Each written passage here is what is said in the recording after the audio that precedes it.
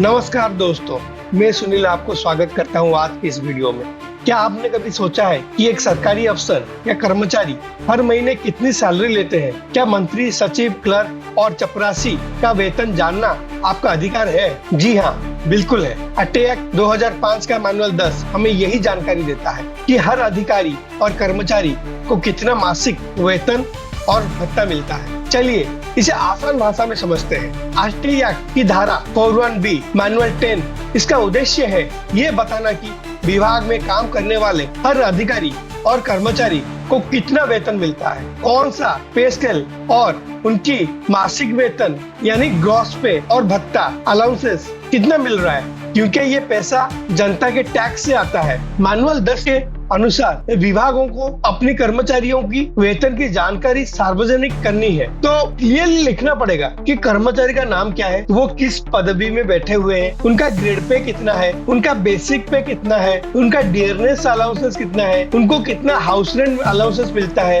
उसके अलावा अन्य भत्ता जैसे कि ट्रैवल हो गया, मेडिकल हो गया, कुछ भी अगर कोई मिल रहा है तो उसकी जानकारी देना है। और आखिर में उनका ग्रॉस सैलरी मतलब कुल मासिक उनको सरकार कितना दे रही है वो लिखना है। ये जानकारी विभाग की वेबसाइट पर हर साल अपडेट की जानी चाहिए। अगर आपके विभाग में कर्मचारी 2 महीने के बाद अगर प्रमोशन मिलता है, उनका सैलरी अपडेट होता है, तो आपको ये तुरंत कर देना चाहिए, क्योंकि आरटीआई का मतलब है अप टू डेट इन्फॉर्मेशन देना। सपोज आप अप्रैल में डाटा अपडेट किए मैनुअल 10 और मई के महीने में आपका कुछ एम्प्लॉय के सैलरी में चेंजेस आया, तो आपको बिना एक साल इंतजार किए उसको तुरंत अपडेट करना चाहिए, ताकि लोगों को अप टू डेट इन्फॉर्मेशन हमेशा मिलता रहे। चलिए आगे बढ़ते हैं। मैनुअल 10 से पारदर्शिता बढ़ती है, क्योंकि वेतन की जानकारी छुपाई नहीं जा सकती। अनियमित वेतन वृद्धि, फर्जी रिक्रूटमेंट हो गया या फर्जी ज्वाइनिंग हो गया, पकड़ी जा सकती है। समान कार्य के लिए समान वेतन की तुलना हो सकती है। आम आदमी देख सकता है कि अफसरों को क्या मिल रहा है और क्यों मिल रहा है। और याद रखिए, सरकार का हर खर्च जनता के टैक्स से होता है, तो हर नागरिक को उस पर नजर रखने का अधिकार है। अब आप जान सकते हैं कि सरकारी कर्मचारियों की सैलरी की जानकारी छिपी नहीं रहती, बल्कि आरटीआई मैनुअल 10 के तहत उसे सार्वजनिक करना अनिवार्य है। तो जब भी आपको लगे कि कोई जानकारी छुपाई गई है, तो आरटीआई की उपयोग करें और जवाब मांगे। और इस इंफॉर्मेशन को एक पब्लिक अथॉरिटी या गवर्नमेंट ऑफिस या पीआईओ किस तरीके से पब्लिश करेगा, चलिए अभी इसको एक फॉर्मेट के तरीके से समझते हैं। तो अभी जो आपकी स्क्रीन में आ रहा है, ये एक टेबल का फॉर्मेट है। इसमें आपको पहले सीरियल नंबर लिख देना है। सीरियल नंबर के बाद आपके ऑफिस में जो कर्मचारी काम कर रहे हैं उनका नाम पहले लिखना है। उनका नाम लिखने के बाद उनका जो डेजिग्नेशन रहता है वो कर्मचारियों का, वो डेजिग्नेशन साथ में लिखना है। डेजिग्नेशन के बाद आपका आ जाता है मंथली रेम्युनरेशन, उनको कितना सैलरी मिलता है। सैलरी के बाद उनको अगर अलग से कोई कंपनसेशन या अलाउंसेस मिलता है तो हमको वो भी वहाँ पे लिखना है। उसके बाद अगर आप चाहें तो उनका पे से रिलेटेड अगर कोई चीज आपको लग रहा है कि देना चाहिए, पे मैट्रिक्स हो गया या पे स्केल हो गया, जो भी आपके ऑफिस में आपको लगता है देने से ज्यादा क्लैरिटी रहेगा सिटीजन को जानने के लिए, तो वो सारा चीज आप यहाँ पे दे सकते हैं। तो ये हो गया आपका मैनुअल 10 का कंप्लीट इन्फॉर्मेशन। मैनुअल 10 का फायदा क्या है, हमको क्यों देना है और अगर देंगे तो किस तरीके से देंगे। तो दोस्तों आशा करते हैं आपको ये वीडियो पसंद आया होगा। वीडियो को लाइक करें, चैनल को सब्सक्राइब करें और कमेंट में बताएं कि आपके विभाग में वेतन सूची सार्वजनिक है। अगर है तो बहुत बहुत मुबारक हो आपको, अगर नहीं है तो कृपया करके आप अपने ऑफिस का मैनुअल 10 बनाइए और उसको सिटीजन के लिए पब्लिश करिए। और हम मिलते हैं आपसे अगले वीडियो में। तब तक धन्यवाद। जय हिंद, जय भारत।